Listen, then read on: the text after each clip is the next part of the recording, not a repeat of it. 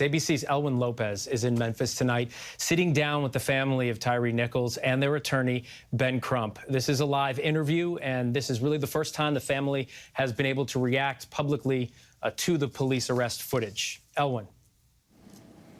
Thank you all so much for joining us, especially during this difficult time. This video has now been released to the public. This is the first time that many are taking a look at it. What do you want people to take away from this? I just wanted them to see why they charged these police officers with murder. This video illustrates exactly what happened on those streets that night. This also justifies our son, showing that he was no threat to them.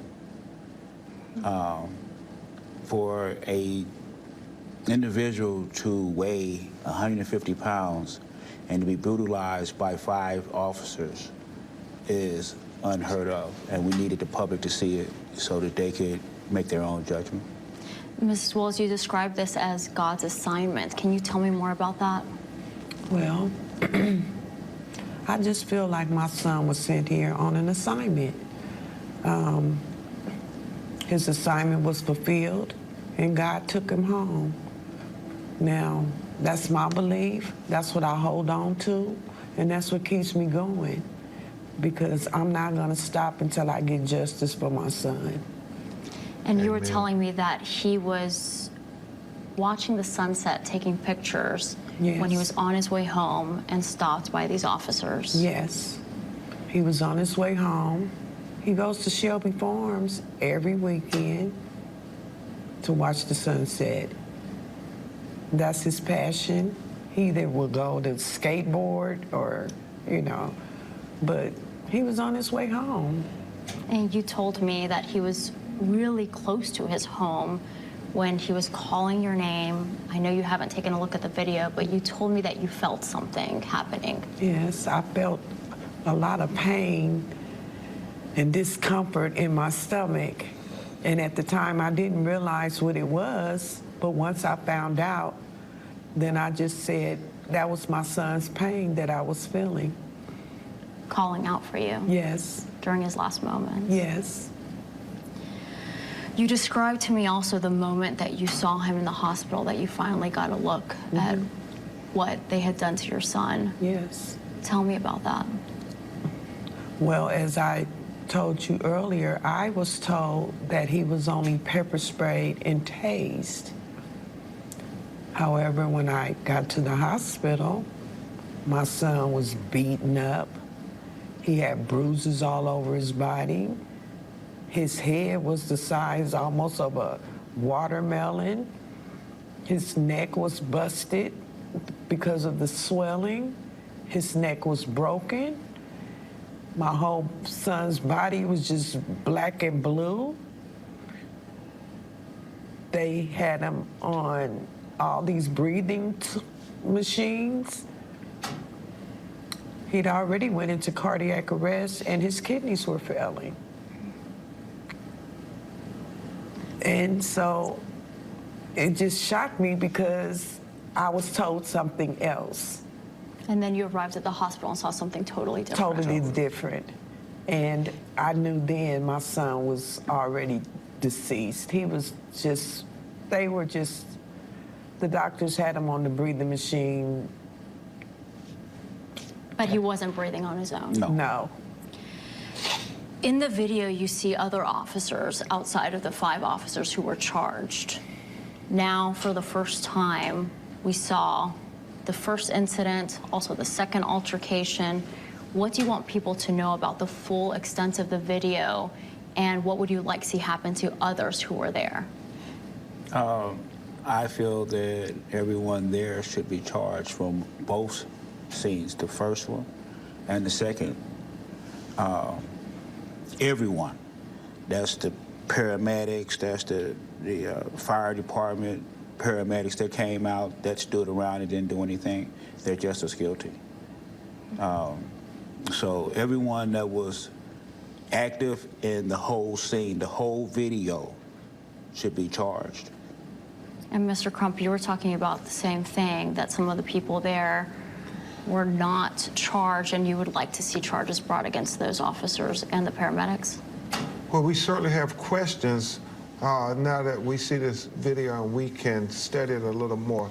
In the first 5 minutes of the release of the video, people started commenting on social media that there was a white police officer there that was engaging with Tyre, but we didn't hear anything about him.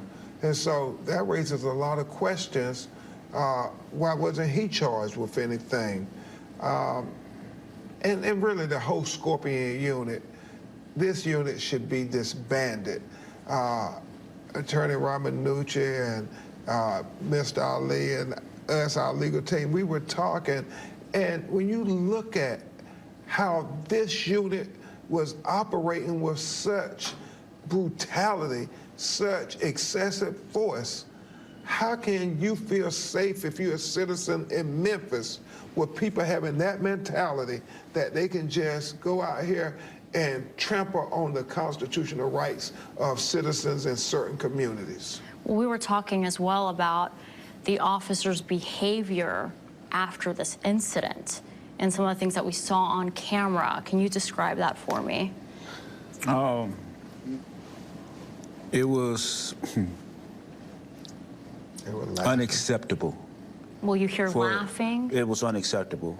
For you to be officers that are supposed to serve and protect the community, to not just brutalize him, but still, after the fact, you're walking around laughing, smoking cigarettes, like it's, like he said, it's like normal. Like, you know, we get away with this all the time, so this is just normal behavior for them. Yeah, and they were so nonchalant about everything. You have a man literally laying down there in distress, dying, and people are just talking like this is business as usual. Had Tyre not succumbed to his injuries, how many more times would they have done this? And how many times have they done it before? I mean... And you said you've received calls about that.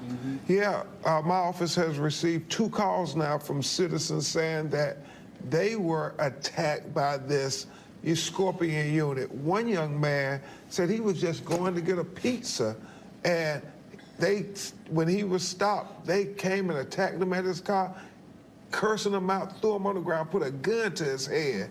And he said that he called the police department twice trying to report them, and he never got a call back. And you want to believe that had they responded back to him, that Ravon and Rodney's baby might not have been killed.